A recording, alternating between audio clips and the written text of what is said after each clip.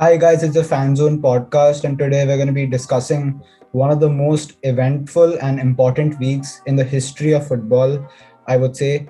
And this is because, as we all know, we have seen the formation and the uh, collapse of the European Super League this previous week. And just for those of you who don't know, this European Super League was a closed league uh, formed by mainly Florentino Perez. He was the mastermind behind this, and his idea was to have assemble the most successful and biggest clubs in Europe and make them play midweek every week in a closed tournament. And this whole announcement was made on Sunday, and there was a lot of press coverage. The UK government and Boris Johnson reacted to it, expressing their uh, how they disagree with this whole idea and concept of this Super League. And there's been a lot of coverage, not only from players and pundits, but also from fans, because it's angered a lot of fans, and there's been a lot of protests around the big six uh, outside the stadiums, especially in Chelsea and United, Liverpool, etc. And ultimately, all these six big clubs announced that they have joined the Super League. And I think it was on Wednesday that they announced that they're going to be withdrawing from the Super League because of the immense amount of pressure that's been placed from the fans and the media. And so basically, the Super League is, as of now, it's on standby, as Perez claims it is, because he still says that these 12 clubs are bound by a contract, which means that they cannot uh, randomly just decide to leave from it. And there's still a lot of developments to take place, but there have been a lot of reactions from fans and players and managers. So let's start off by discussing some of the most prominent figures and how they've reacted to it. The reaction to this whole event has been tremendous. Fans have been rallying together, pundits have been consistently going on Monday Night Football and different shows voicing their concern over the impacts of this European Super League. You see players like Marcus Rashford, Kevin De Bruyne, all the Liverpool players posting on their Instagrams and Twitters that this is not right for the game, that they do not want to be a part of this. You saw managers like Pep Guardiola and Jurgen Klopp publicly coming out and saying during press conferences that we're not for this, we do not support this. And I mean, Jurgen Klopp even said in 2019 that if this ever happens, I will not support it. And even Arsene Wenger, he predicted this like long back. If you can like search for the interview, I don't know the exact date. And the fans, I mean, what they've done is incredible. The protests all over the country. In the UK, you had protests right before the Brighton Chelsea game. Petr Cech had to literally like fight all like hundreds of protesters just so that the team passed through. You saw all the signs on outside of Anfield, outside of Old Trafford, outside of the Etihad, how they're saying RIP football or RIP LFC or Man City. And it just really shows that the entire football community, despite them being like the most bitter of rivals, they still came together for the benefit of football, for the good of football. Yeah, I completely agree with what Shivansh and Nikunja both said, and how not only our fans but the entirety of football's most influential figures have all had a say in this European Super League. You can see what Ferguson said about how this is completely moving away from 70 years of European football. It's a new step that many do not like. Figo said that this was about the owner's self-interest rather than interest in the fans. Take Ozil, a former Arsenal player, who has said that this ruins people's dreams. Now, you can look at that meme that everybody has seen on Instagram, where it talks about how Barcelona posted about creating dreams for their players, yet this league just ruins people's dreams. It's also a massive disrespect to leagues such as the UCL and even domestic leagues. So you take clubs like Porto, PSG, Dortmund, who have rejected it, Bayern, who have rejected it, and have said that it's really an honor to be a representative of German football in the UCL, where they genuinely feel that UCL is the best club competition, which I'm 100% sure we all feel as well. So this league has also really united every other, like take the English clubs, how they've just communicated, how every single English club, be it big or not, prestigious or not, successful or not, they've all come together and they've clearly voiced their opinion about how they're not in favor of this league. And yeah, it really brings into perspective uh, how different roles in the entire economy, in the entire game of football, have perceived this league, how they've exploited the idea, and how they've either supported this massive disrespect to football or they've endorsed it. I mean, like, yeah, what has said makes complete sense. But you see clubs like Bayern, Dortmund, and PSG not joining the clubs. The main reason the German clubs did not join was mainly because the 50+1 rule. The fans had more control over the private ownership, and they were able to stop this. And PSG, although they do not have like this type of rule, I think the main reason they did not go for such a competition is because FIFA, alongside UEFA, were against the competition. And know how Qatar is hosting the World Cup in 2022, and how the owners of PSG are also Qatari. I think they were just trying not to piss FIFA off before the World Cup and ruining the entire spectacle. So if I'm assuming if the Super League hypothetically went ahead after the World Cup was done, I'm assuming PSG would have joined immediately. Yeah. So we'll speak more about the 51+1 model later. But a lot of fans got together, as we've said, and all of a sudden, after 2 days, we saw the entire Super League collapse. And owners and presidents came in and said that this would have never gone through without the fans' approval and everything. Now, Perez has said that they have a binding contract and everything. So, really, it doesn't make sense that presidents like Laporta and the Liverpool owner can just come in and say that this would never have gone through without the fans' approval, and Perez also simultaneously saying that the Super League will happen. So, I don't think that there is complete transparency in this entire thing, and we have to be very careful with what we can trust in. Yeah, I mean, on the comments that Florentino Perez made, like, you can see he said that he's sad, he's disappointed, and that they've been working on this for years. He said this in an interview like recently. He said that the Champions League is obsolete, and it shows that this is not a very spur of the moment thing. This thing has been in the works for a really long time, and this is a planned and calculated move. Even Gary Neville and Jamie Carragher said this on Monday Night Football on Sky, that they waited for a situation like the pandemic to arise, where the fans actually couldn't gather in the thousands and the millions to take this head on, because of obviously the social distancing regulations and the entire pandemic and the safety of the people. So you can really tell that they were somewhat expecting like a bad reaction to happen, and I think they've become more prepared after the entire like spectacle of like the past week. And if this happens again, then it's going to be much more difficult to take it on. Yeah, so just adding on to that thing about what Perez has said in his interviews, I think one of the really strange things he said is that there is a need for this European Super League because the youngsters, 14 to 16-year-olds, they are not interested in football anymore. I don't know exactly what he is basing that claim off of, because there are millions of young fans who watch and support their clubs and watch every single match and follow their clubs every year. And that was one thing. And also he said that this European Super League will save football. And I'm pretty sure a lot of people can agree that it's actually going to be doing the exact opposite thing, and it's going to be destroying football. And I think Gary Neville and Jimmy Carragher, they must be applauded because they reacted very aggressively, and they had a strong response to this whole idea and notion of a European Super League. And just to quote them, I think I was watching this I was watching a Sky Sports interview live on YouTube, and this really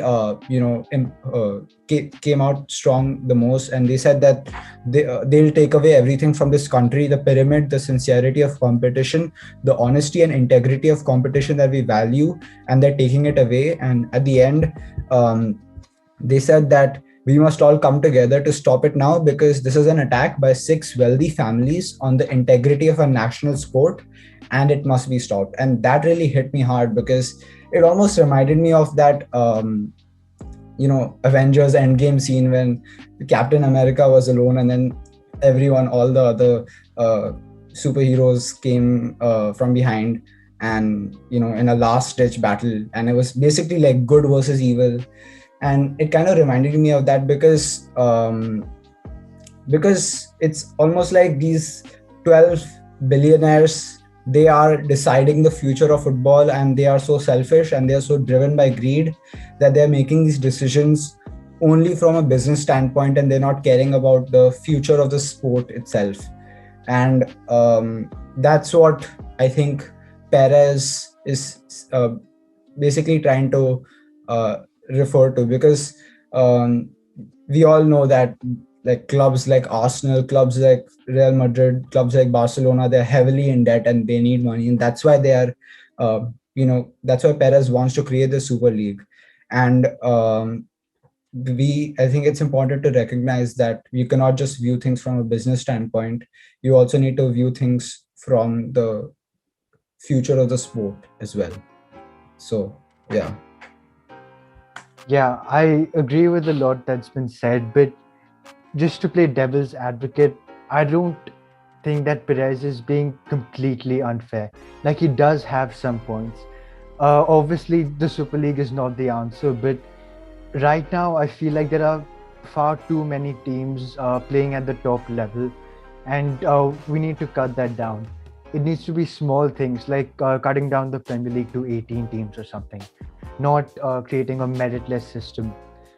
And I think the main reason that anyone can even think of saying that 16 to 24-year-olds don't watch football is because of the Americanization of the sport, and the fact that they're charging £60 a month or something to watch football on TV there in the UK.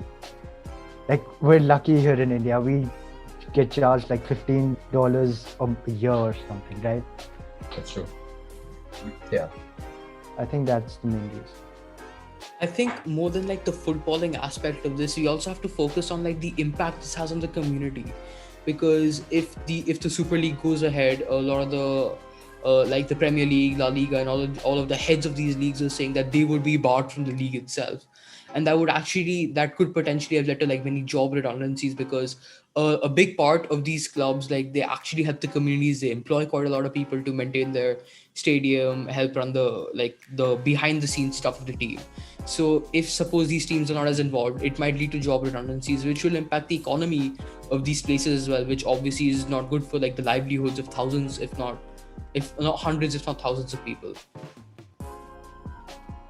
Yeah, I I agree with what Shivansh has had to say about its impact on the community, and furthermore, I just believe that this league is a utopia, because it's completely blinded the powerful with this fake sense of achievement, with this fake sense of development, when it actually just leaves the humble, the prestigious clubs poor. And I think it really just ruins football.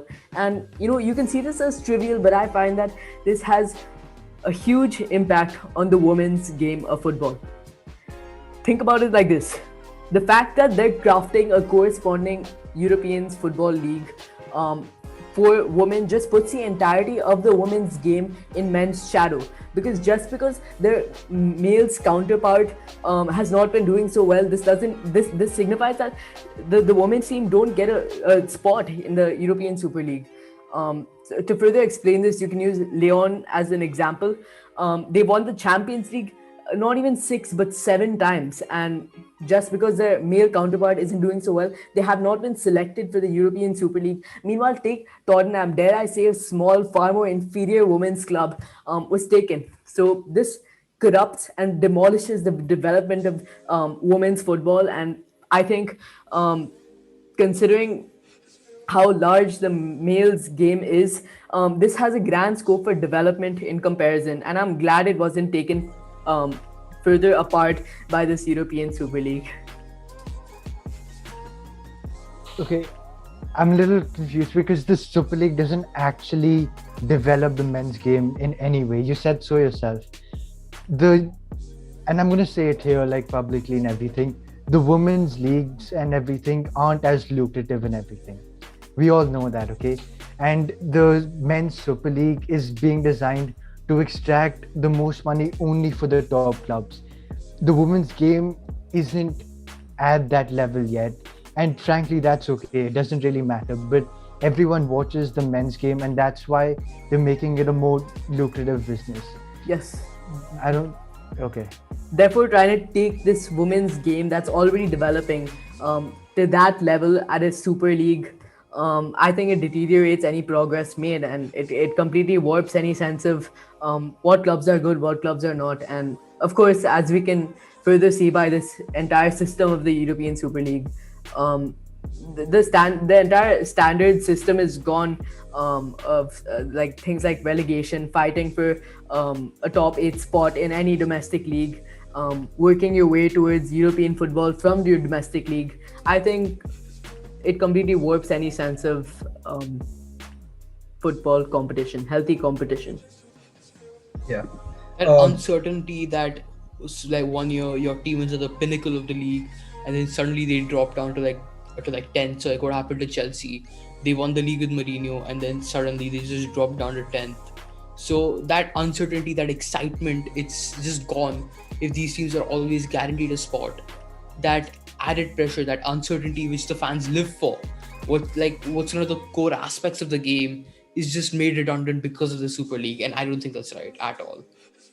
Yeah, I agree, because I think one key word that you used, which I agree with the most, is that for any sport, the reason why we like football and why we think it's a beautiful game is because there is always uncertainty. And as you've seen in the recent events, today Liverpool drew with Newcastle because Joe Willock scored in the 95th minute. Arsenal lost to Everton, and there have been a lot of upsets that have been happening in this recent week, not only in EPL but La Liga, and that's why we watch football, because we also like to see underdogs beating top-notch Premier League clubs like Arsenal, Tottenham, and Chelsea. And that's what you're seeing this season. You're seeing the likes of West Ham and Leicester performing far better than the likes of Arsenal and Tottenham. And that's what generates that excitement, because if you just have a close league full of elitism, just reserved for these 12 founding clubs who can never be relegated, then there is no motivation, there is no jeopardy, there's no danger of being relegated, there is no motivation to finish in the top 4 to qualify for some higher competition. And when there is no motivation, then it just becomes boring, there is no entertainment. And that's just what makes the whole concept of a Super League very dry to watch, because you're just watching 15 teams handpicked, they're just playing each other. And if that league would have continued, who knows, maybe instead of just having games at Old Trafford and Santiago Bernabeu, you might have had it at Saudi Arabia, Qatar, New York, where the sponsors will pay much more to host these matches in those stadiums. So I think the reason why this whole Super League is bad is because, first of all, it restricts access to these smaller clubs who can easily upset these bigger clubs and perform much better than them, as we're seeing with the case of Leicester, Everton, Tottenham, Aston Villa in the EPL. That's the first point. And second of all, it basically chokes all these smaller clubs, because they will not be able to generate the revenue for them to sustain themselves in these leagues remaining. So I think that's one of the biggest points and biggest reasons why this Super League is bad and damaging. Yeah, I mean, one of my highlights every year is watching clubs like Real Madrid lose to completely irrelevant teams full of plumbers and everything in the Copa del Rey. Same in the FA Cup and everything. And by creating this sort of elite system where there are clubs like Arsenal and Tottenham, I mean, that annoys me the most because they have done nothing except market themselves successfully to an international audience to actually get there at this current stage. I mean, once Kane leaves and maybe Son as well, Spurs will be capable of nothing but sitting back and defending and clearing the ball. I don't think they deserve to be there.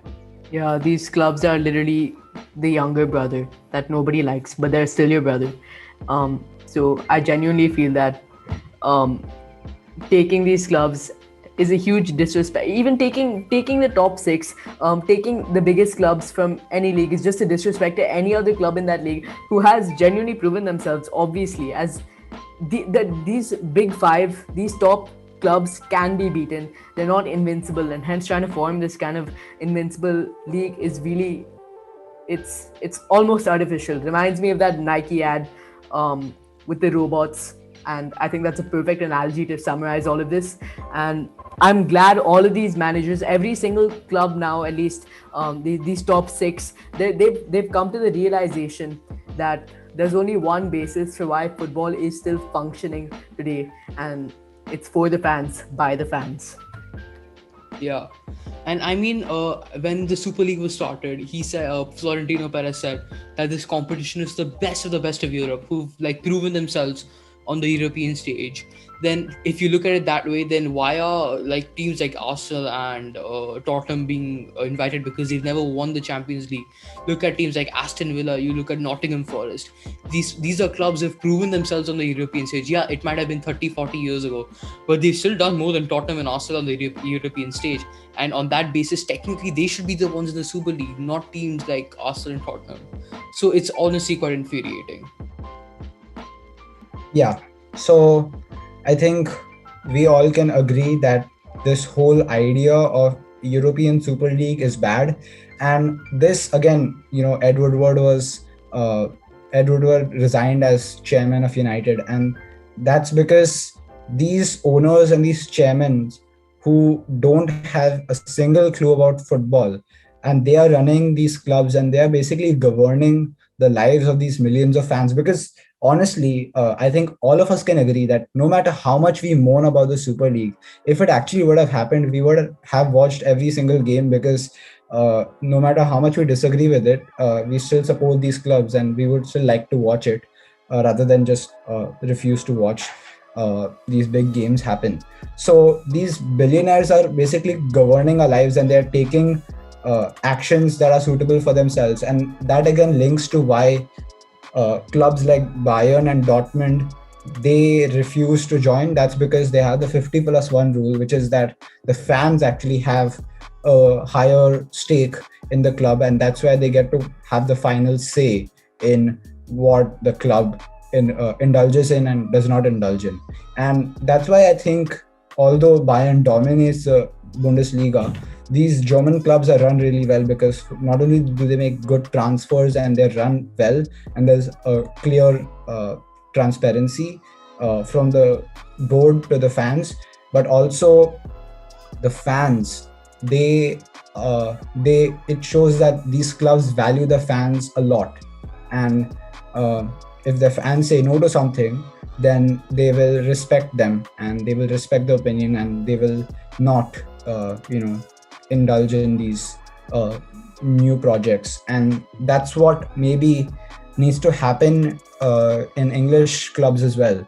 So those are all the disadvantages, because European Super League tarnishes the heritage of football, and there's been a lot of reaction, and there's still a lot more developments to come. We don't know what will happen next, but as of now, we are in a happy place that this Super League has subsided, and these clubs have opted out of it. And let's just hope that it stays this way, and there is nothing more to come, and football will continue to be the way it is, and we will still love to watch the game every day. So thank you. This is a Fanzone podcast signing off for the fans by the fans. Thank you and goodbye.